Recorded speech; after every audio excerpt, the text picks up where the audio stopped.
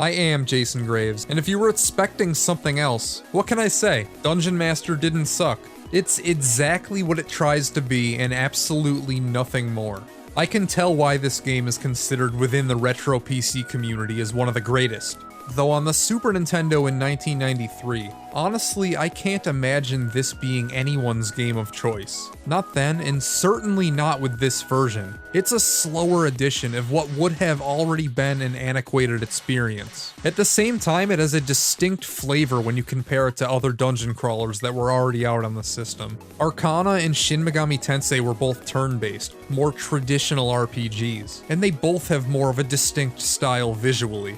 Dungeon Master might be the most boring game in history to watch. The only Let's Plays in existence were made by super fans. And don't be mistaken, just because you haven't heard of it, because I know I hadn't, doesn't make the fandom any less real. There is a legit, active fan community centered around the original game. Shout out to dungeonmaster.net. There are fan hacks, discussions. This forum is as active as anything based on a 33-year-old niche game could possibly be. To this day, it receives 2 to 3 posts a week.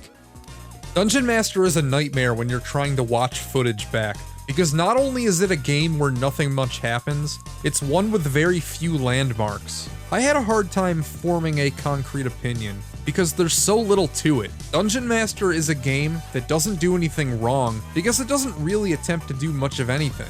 On the PC, it was more of a technical showcase. It had fast graphics, real-time combat, and was the next true evolution on the early PC dungeon crawler made over the Wizardry series. 6 years later on the Super Nintendo, obviously the tech wasn't as impressive. When I played Arcana, I didn't think that a dungeon crawler could have been more simplistic. It was an obvious Shining in the Darkness clone, which is a game with one town and one big-ass dungeon. You buy items and talk to people in the only town, and kept slowly making your way through the lone dungeon. Dungeon Master doesn't even have the town. It doesn't have any NPCs either. There's no other game flavor. It's just one long dungeon that you never leave. Here, simplicity is the game. You have yourself, you have the dungeon, and no distractions. Nothing stands between you and the crawling. There isn't a story, there aren't any character interactions, or dialogue, or shops. Nothing. Unless you read the manual.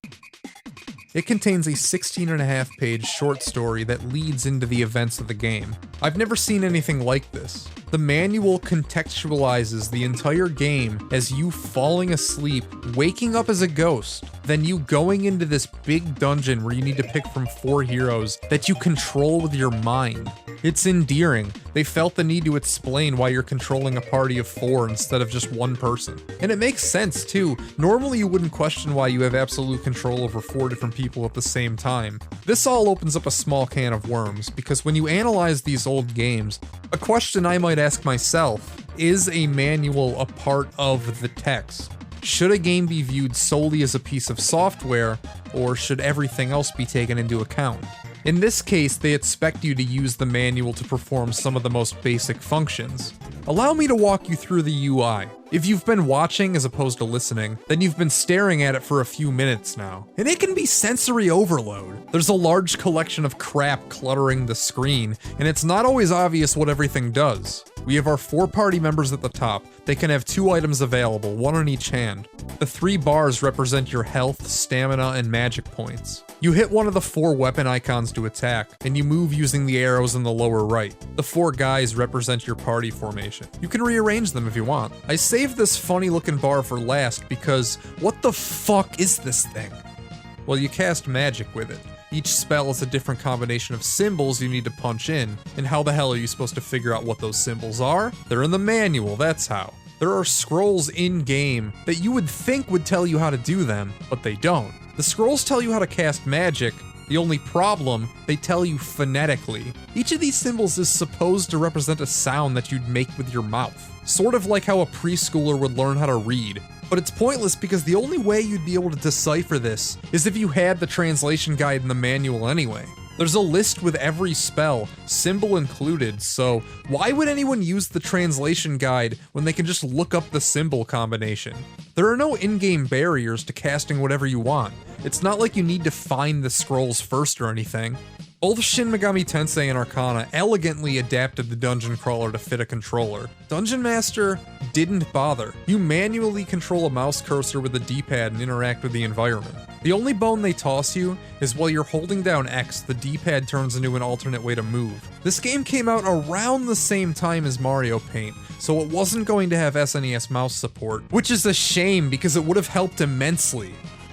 Dungeon Master has real-time combat, which was unexpected but welcome. In a way, it's quite modern. Reminds me of a free-to-play phone app. It's real-time, but every attack has a cooldown period. The stronger your attack, the longer you need to wait before you can attack again. What's decidedly not modern is the lack of an in-game map. So here's my homework. Got these maps here. RPGs aren't always about the story. Sometimes they're just about getting to know your graph paper a little better. Dungeon Master has exploration, and at the end of the day, what else do you really need? It is a moment of accomplishment unlike anything I've ever played. Early on, it teases you with this Tomb of the Fire Staff. You need to find 5 keys scattered throughout the lower levels to get the staff. But when you can, backtracking through most of the game is a hell of a victory lap. Playing this game really does make you feel alone. It uses a minimalist style for the music. Most of the time there isn't any.